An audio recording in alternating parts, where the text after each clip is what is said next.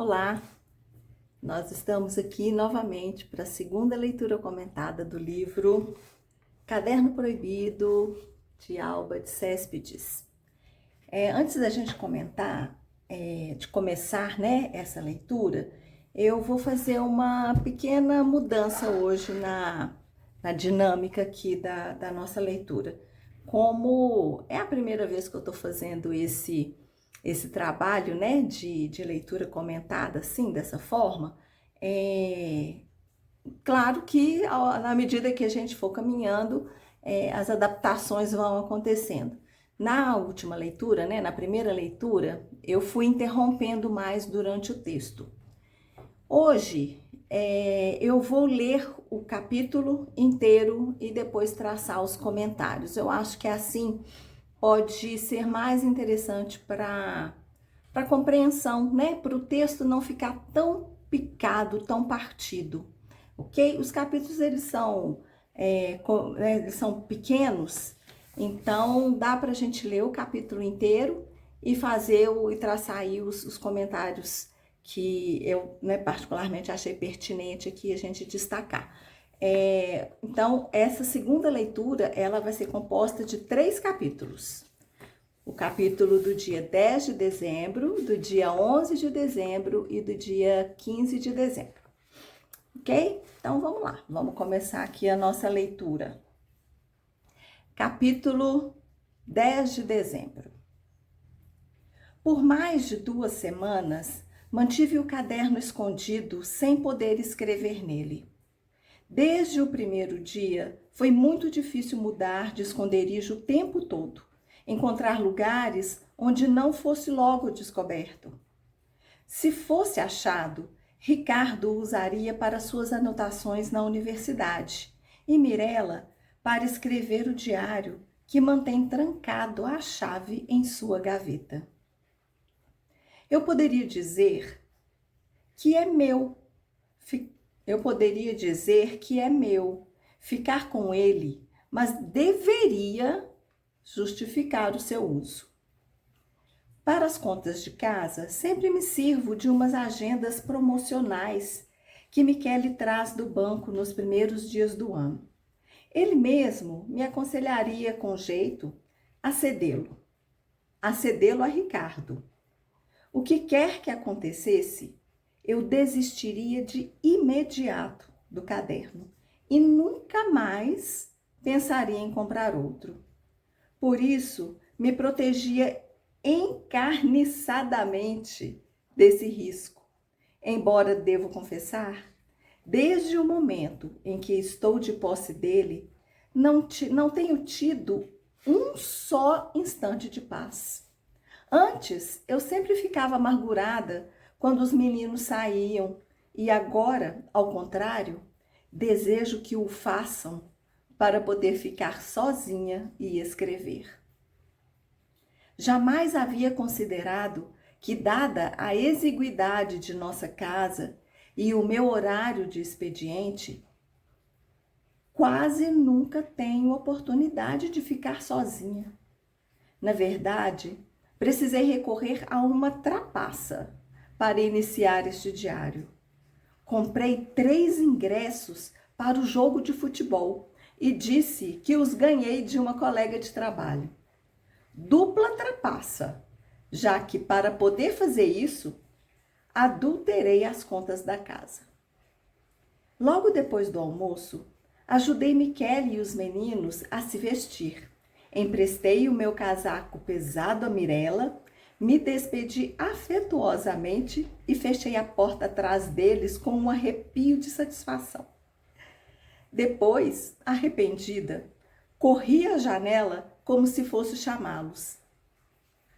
Mas já estavam longe e fiquei com a sensação de que se dirigiam a uma cilada que eu criara para prejudicá-los e não a um inofensivo jogo de futebol. Riam entre si e aquele riso me provocava uma fisgada de remorso. Quando entrei, quis começar a escrever logo, mas faltava arrumar a cozinha. Mirella não tinha podido me ajudar, como sempre faz aos domingos. Até Michele, por natureza tão organizado, havia deixado o armário aberto, algumas gavetas espalhadas aqui e ali, e agora fez isso de novo. Hoje também comprei ingressos para o jogo de futebol e, portanto, posso desfrutar de um pouco de calma. O mais bizarro é que quando posso, enfim, tirar o caderno de seu esconderijo, sentar e começar a tomar nota, não encontro nada a dizer além de relatar minha luta cotidiana para ocultá-lo. Agora o deixo escondido no velho baú, onde durante o verão guardamos as roupas de inverno. 2 dias atrás, porém, precisei dissuadir Mirella de abrir o baú para pegar uma calça pesada de esqui que ela usa em casa desde que abrimos mão do aquecimento. O caderno estava lá. Ela o veria assim que levantasse a tampa. Então lhe disse: tem tempo, tem tempo. E ela retorquiu: estou com frio. Insisti com tanto fervor que até Michele notou quando ficamos sozinhos. Quando ficamos sozinhos, ele me disse que não compreendia por que eu havia contrariado Mirella. Respondi duramente: sei o que estou fazendo. E ele me encarou, espantado com meu humor insólito. Não me agrada que você interfira nas minhas discussões com os meninos. Continuei. Desse jeito, tira minha autoridade diante deles. E enquanto ele objetava que, em geral, eu o acuso de não dar atenção suficiente aos filhos, e se aproximava de mim com atitude brincalhona, dizendo: o que você tem hoje, mamãe? Pensei que talvez eu esteja me tornando nervosa, irascível, como é o que se diz todas as mulheres que passam dos 40. E, suspeitando que Michele também pensasse assim, me senti profundamente humilhada. Bom, vamos fazer uma pausa aqui. Aqui finaliza esse capítulo. Mas o que acontece?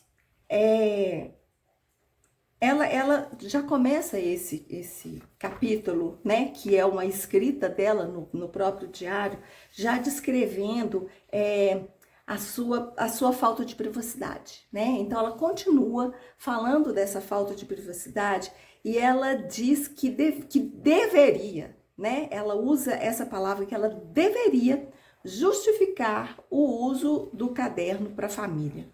Talvez o problema não seja exatamente o caderno, né? Mas o fato de ter algo que serve somente a ela, a mais ninguém. Esse caderno não interessa a ninguém. Esse caderno, ele é dela, para as anotações que são única e exclusivamente pertencentes a ela própria, né? E isso já está tão arraigado nela, né? Essa necessidade de justificativa, que ela já começa a se justificar antes de uma acusação verdadeira, real, né? Que tenha acontecido, porque não houve nenhuma acusação, né? Ela não está acostumada a ter uma vida interior legítima. Então é como se ela vivesse com vozes assim, dizendo o que ela pode fazer, o que ela não pode fazer, né? Antes mesmo de ter um conflito externo, real. E ela fala aqui, né, também que ela abandonaria imediatamente esse caderno se ele fosse descoberto, né, e ela fosse questionada. Então, assim, a gente percebe, né, que esse desejo dela ainda não está suficientemente forte para ela bancar esse caderno, né, para ela sustentar um possível confronto, ou um possível questionamento, né, do porquê que ela tem um caderno para escrever como se fosse um diário, né? Então, ela ainda, né, não está muito firme, né, diante dessa decisão dela, né? Então, de ter um caderno. Então, o conflito, né, o questionamento, ele ainda está sobrepondo ao seu desejo real de manter esse caderno. E aí a gente percebe que muitas mulheres, né, gente, hoje em dia, muitas de nós, né, estou me incluindo, claro, aqui, a gente às vezes costuma abrir mão e olha, vou abranger até mais, né? Não só mulheres, acho que isso é mais comum em mulheres, sim, claro, né? Devido a todo esse histórico nosso aí diante, no decorrer aí da história. Mas homens também costumam fazer isso, né? De às vezes abandonar sonhos, abandonar, às vezes abandonam projetos pessoais, abandonam estudos, abandonam sonhos, né? Por medo de desagradar uma outra pessoa, né? Quantas pessoas às vezes escolhem a sua profissão em função do desejo, às vezes, do pai, da mãe, né? Que queria que o filho fosse engenheiro, arquiteto, médico, e na verdade ele queria ser um psicólogo, ele queria ser um artista, ele queria ser professor, né? Então, queria ser um cientista. Então, assim, muitas vezes a gente vê isso muito ainda, né, acontecer. Acho acredito que possa estar diminuindo, e eu espero realmente que esteja diminuindo, né? Mas isso é comum, a gente vê isso acontecer. E principalmente, assim, no universo feminino, isso é muito comum. A Clarissa Pinkola Estés, né, no livro Mulheres que Correm com os Lobos, ela trata muito disso, inclusive com muitos detalhes e com muita profundidade, né? Então, é muito interessante. Outra coisa que eu destaquei aqui é que ela se manifesta com uma ansiedade muito grande de começar a escrever esse livro, né? De ficar sozinha e escrever o livro. E aí ela arruma um artifício, né? Que para ela é algo assim, meu pai do céu, socorro, né? É como se fosse ela considera uma trapaça. Ela está trapaceando, enganando a sua própria família para poder ficar sozinha. E isso gera uma culpa e um remorso imenso nela. Olha para a gente ver o nível, né? O nível de pensamento dela, né? De falta de privacidade, de falta de uma vida interior, né? Então, assim, eu quero deixar claro aqui que o que está acontecendo aqui nessa leitura comentada não são julgamentos, né? São constatações, né? De uma pessoa, né? Que tá lá na década de 50, mas também trazendo isso para o dia de hoje, para a gente poder refletir, né? Mas para a gente poder se colocar aí, né, dentro dessa história, dentro dessa realidade dessa mulher e ver se a gente acha até algumas semelhanças, né? E traz isso como objeto mesmo de reflexão, né? Então, assim, para ela ficar sozinha, ela precisou de arrumar artifícios, né? E ela se sente culpada por isso, como se estivesse realmente enganando, né, a sua família, como se ela estivesse fazendo algo de muito errado. E aí, uma coisa também que eu achei interessante, que ela não estava acostumada, né, a ficar sozinha. Ela sempre fala, né, ela falou aqui, né, que ela sempre estava fazendo, sempre estava ocupada com alguma coisa, né, sempre estava fazendo alguma coisa em casa. Então, uma reflexão até que eu trago é que tem gente que não consegue ficar sozinho mesmo, né, não consegue ficar em silêncio, porque isso, né, ficar em silêncio, isso faz com que a gente entre em contato com a gente, né? Que a gente fique com a nossa própria companhia. E às vezes a gente não está acostumado a ficar na nossa própria companhia. Isso traz um desconforto e às vezes isso revela um vazio interior muito grande, né? Uma falta né? Dessa conversa com a gente mesmo, né? Então aí começa aquela fazeção, né? Não dá conta de ficar sozinho, não dá conta de ficar em silêncio, então começa a arrumar casa, a tirar coisa do armário para poder arrumar, bota uma música, liga a televisão, porque tem que ter barulho, né? Enfim, são comportamentos que a gente às vezes costuma ver por aí, né? E vamos trazer para nós. Será que a gente também tem tido esse tipo de comportamento quando a gente se vê sozinhos, né? Aquele filósofo coreano, como é que é? Byung-Chul Han. Eu tenho um livro dele aqui, Byung-Chul Han.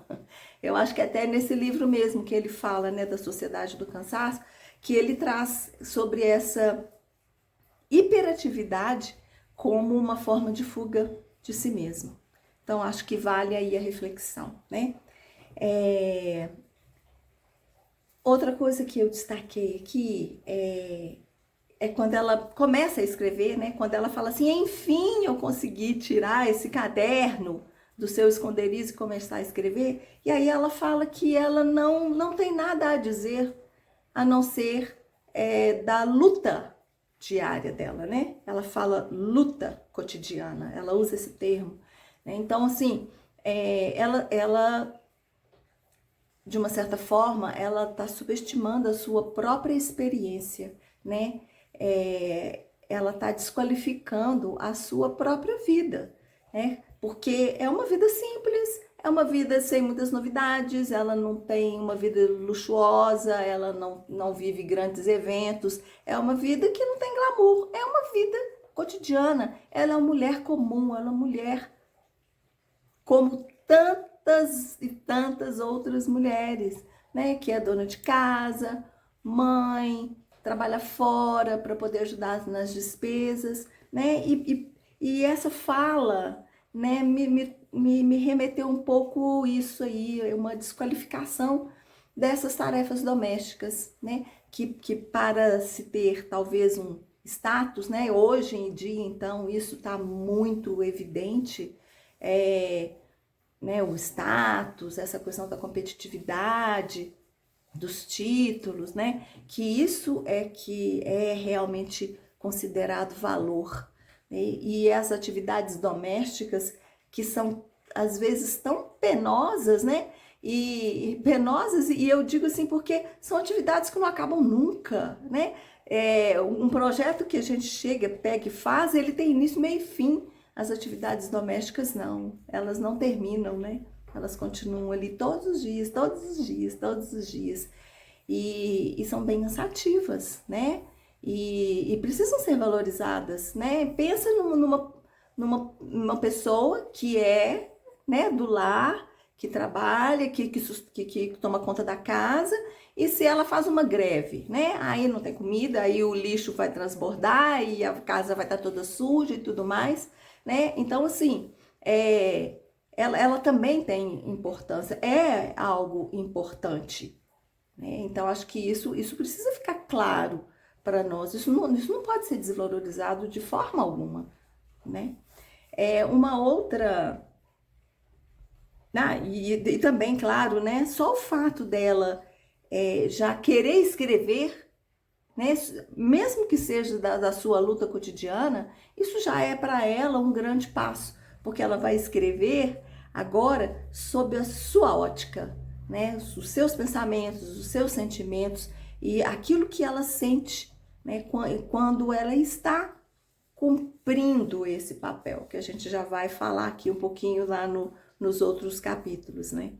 E aí, no finalzinho desse capítulo, o marido dela estranha, né? Quando ela contradiz a filha, quando ela contradiz a Mirella, quando a Mirella quer pegar a calça, né, de esqui dentro do baú onde ela guarda o caderno. E ela escreve sobre isso, né? Que ela, não, que ainda que tem tempo, que não, agora não, que não precisa e tal. E o Michele questiona isso, né, na frente e tal, né, dos meninos. E aí ela toma uma postura, né? Ela fala com ele, ela se posiciona, né? De forma que né, ela fala desse jeito, tira minha autoridade diante deles, Então, a gente já percebe aí uma pequena mudança de postura dela, né, dessa fala que ela reconhece que não é ele, só ele como pai, né, e chefe da família, que tem essa autoridade, né, perante a família, perante os filhos. Ela também tem essa autoridade. Então, isso já percebe-se, só o fato dela escrever, já percebe-se que ela teve um desconforto quando isso aconteceu. E ela manifesta isso no caderno, né? Então, assim, algumas mudanças muito sutis, né, já começam a acontecer aí, né, nesse movimento do caderno.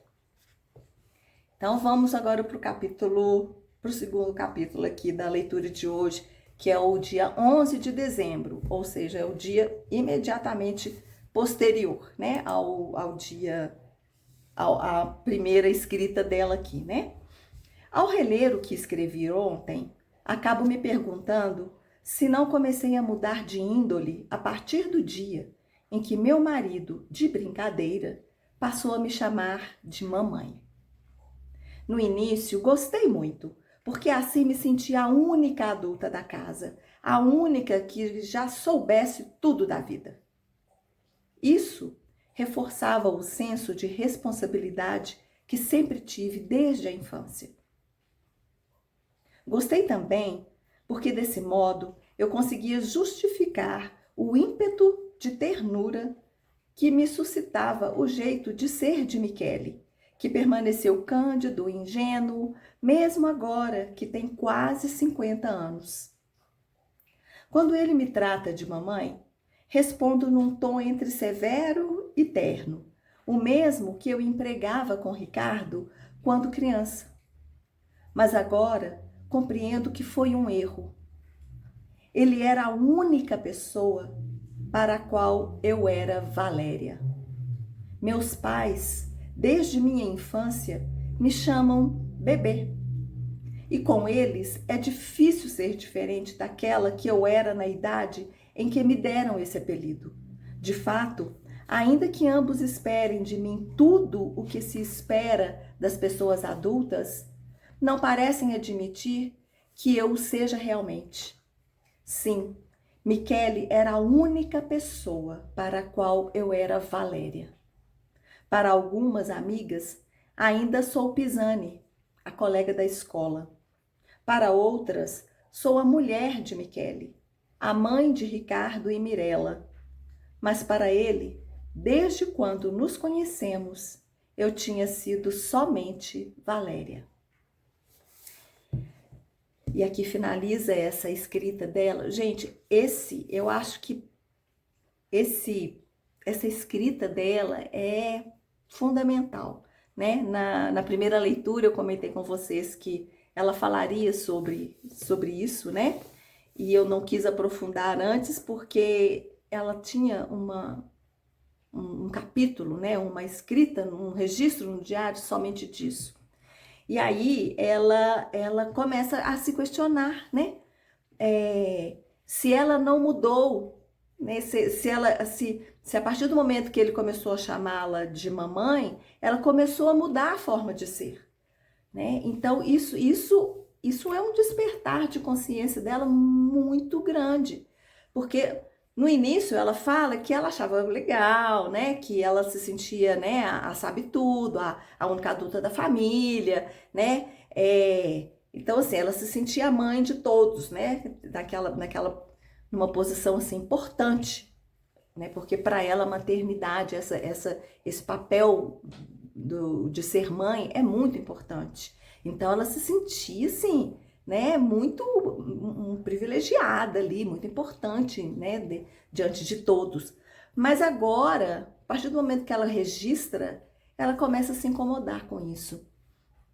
Porque ela incomodou, né, quando ela leu a palavra mamãe, quando ela relatou aquele fato lá da autoridade dela diante dos filhos, né? Então essa palavra a incomodou, porque ele era o único que a chamava de Valéria. Então, assim, ela se sentia ela mesma, né? Ela se sentia Valéria, né? E aí, a partir do momento que ele muda a forma de tratamento e começa a chamá-la de mamãe, é como se ela se sentisse que ela foi perdendo a sua identidade. Ela foi deixando de ser Valéria, né, e passou a ser mamãe, né? Ela deixa de ser uma pessoa e passa a ser uma função. E isso vai gerando essa perda de identidade, né? Ela não é mais uma pessoa, ela é só um papel, ela é mãe, né? Então, assim, quando a gente fez aquela primeira leitura, eu comentei sobre isso, né? Que é muito comum a gente ouvir, né? A esposa de, a mulher de, a mãe de, né? Então, assim, a pessoa ela começa a ser identificada pelo seu papel, né? Ou pela sua função, e não por quem ela verdadeiramente é, né? E aí ela começa a se perguntar, né? Se essa mudança de comportamento dela na família, né? Assim, tem a ver com isso, né? Porque ela foi quase que se apagando, né? Na família, e aí ela foi perdendo espaço, ela foi perdendo a privacidade, porque ela não era a Valéria, ela era só a mamãe, né? Ela era esse só, gente, é no sentido de só uma função, né? Ela era só uma função, ela era só um papel, ela não tinha identidade, então, sem identidade, ela não tinha vontade própria, ela não tinha privacidade, né? Então, eu acho que esse capítulo talvez seja o capítulo, assim, chave para todo o desenrolar do livro, né? Porque é onde ela percebe que ela deixou de ser a Valéria, né? De ser quem ela era de verdade. E o último capítulo de hoje, 15 de dezembro. Toda vez que abro este caderno, olho o meu nome, escrito na primeira página. Sinto certa satisfação em ver minha letra sóbria, não muito alta, inclinada de lado, que, no entanto, denuncia claramente a minha idade. Tenho 43 anos, se bem que, quando penso nisso, não consigo acreditar. Os outros também se espantam ao me verem com meus filhos e sempre fazem algum elogio que provoca um sorriso constrangido em Ricardo e Mirella. Seja como for, tenho 43 anos e me parece vergonhoso recorrer a subterfúgios infantis para escrever num caderno. Por isso, é absolutamente necessário que eu confesse a Michele e aos meninos a existência deste diário e afirme meu direito de me fechar num aposento para escrever quando tiver vontade.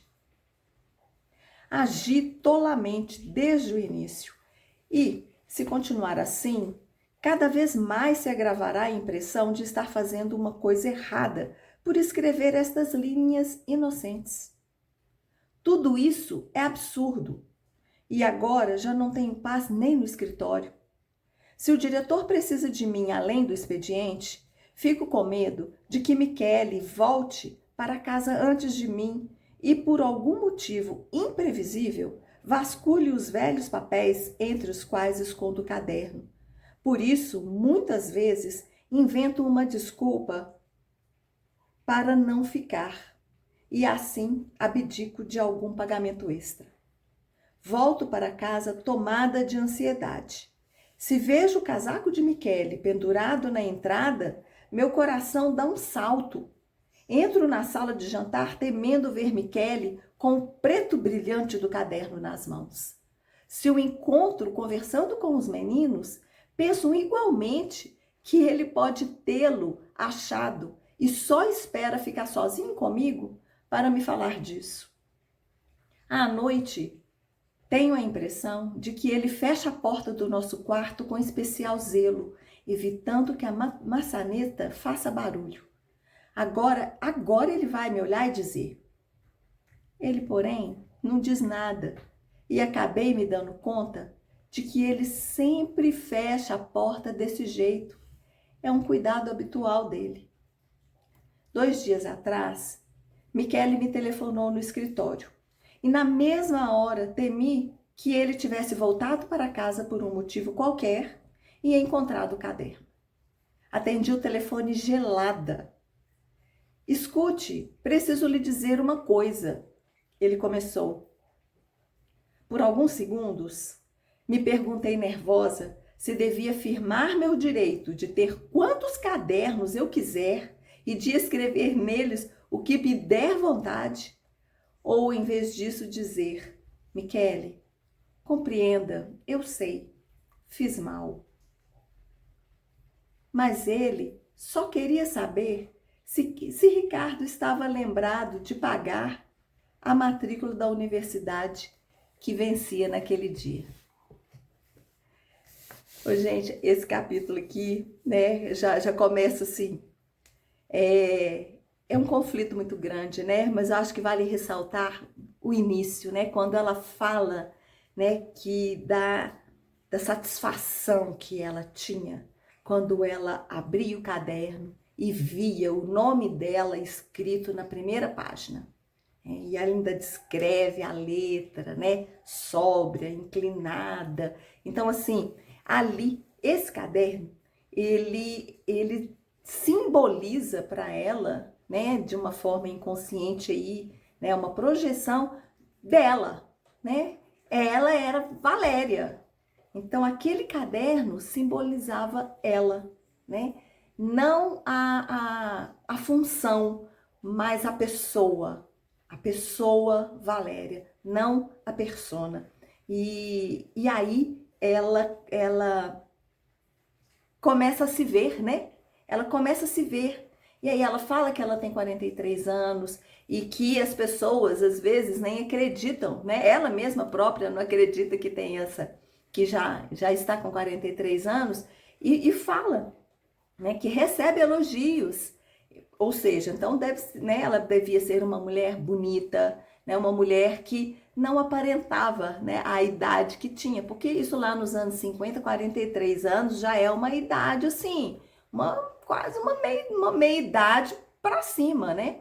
Se a gente for pensar no contexto da época, hoje, 43 anos, nós estamos no auge ainda tem muita coisa para ser vivida, né? Então, assim, e ela fala isso com uma certa satisfação, né? Então ela já começa a se ver, né? E ver, a se valorizar, a se enxergar, né? E esse caderno, ele permite, né, essa identidade. Mas ao mesmo tempo, ela já fala dos conflitos, né, desse receio, né, do Michele encontrar o caderno, dos filhos encontrarem o caderno, e aí ela já começa, né, lá no trabalho a ficar com essa ansiedade toda, por conta desse caderno que ela ainda não dá conta de falar dele. Então, assim, um lado fala que ela, sim, é absolutamente necessário, que eu preciso falar com eles que eu tenho esse caderno, né? O outro lado já quer manter esse caderno oculto, porque, de uma certa forma, esse caderno fala dela, só dela, né? E aí talvez ela não queira tanto se expor, né? Então, assim, esse capítulo, ele traz esse conflito, né? Então, e esse conflito, ele é muito normal quando a gente começa a olhar para dentro da gente mesmo e começa a descobrir coisas que estavam ali, às vezes, debaixo de um véu, né? Ou então que a gente começa a perceber que nós criamos uma persona para estarmos no mundo, né? E essa persona, ela está se sobressaindo em relação ao que verdadeiramente somos. Então, quando a gente começa a entrar em contato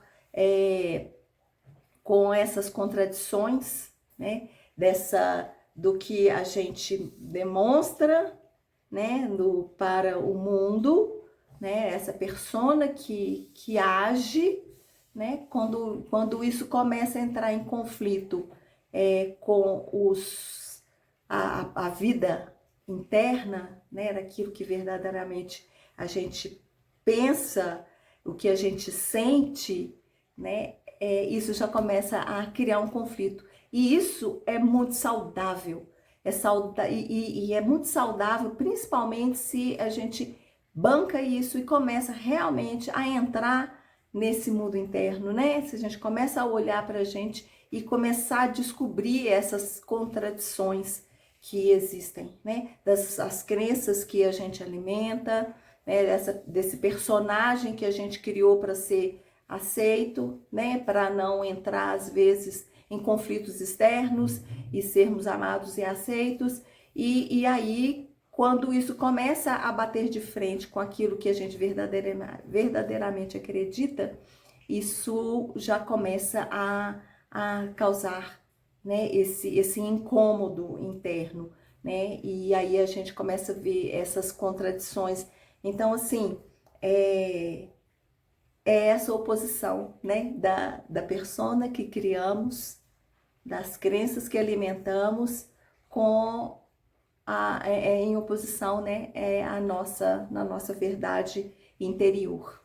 Então, deixo aí como reflexão, a gente finaliza aqui a segunda leitura, né, do livro. Né? Hoje nós pegamos 3 capítulos e acho que foram capítulos assim, importantes, que já estão revelando um pouquinho quem é a Valéria. Né? E algumas coisas, alguns sentimentos e posicionamentos que ela começa a ter que causavam incômodo, mas que ela nem percebia. Né? E agora, como o fato de escrever sobre ela, que é, como ela fala, né, da sua vida cotidiana, ela percebe que existem algumas coisas ali na vida cotidiana dela que causam incômodo, né? E que ela simplesmente não via e deixava passar, né? Então é isso. A gente na próxima leitura nós vamos continuar, né? O caderno já vai continuando aqui a provocar algumas mudanças e aí a gente vamos deixar aí para a terceira leitura do livro. Muito obrigada mais uma vez, né? Então a gente está finalizando hoje, agora, a segunda leitura e aguardo vocês aí em breve para a próxima leitura, que será a terceira leitura do livro. Grande abraço!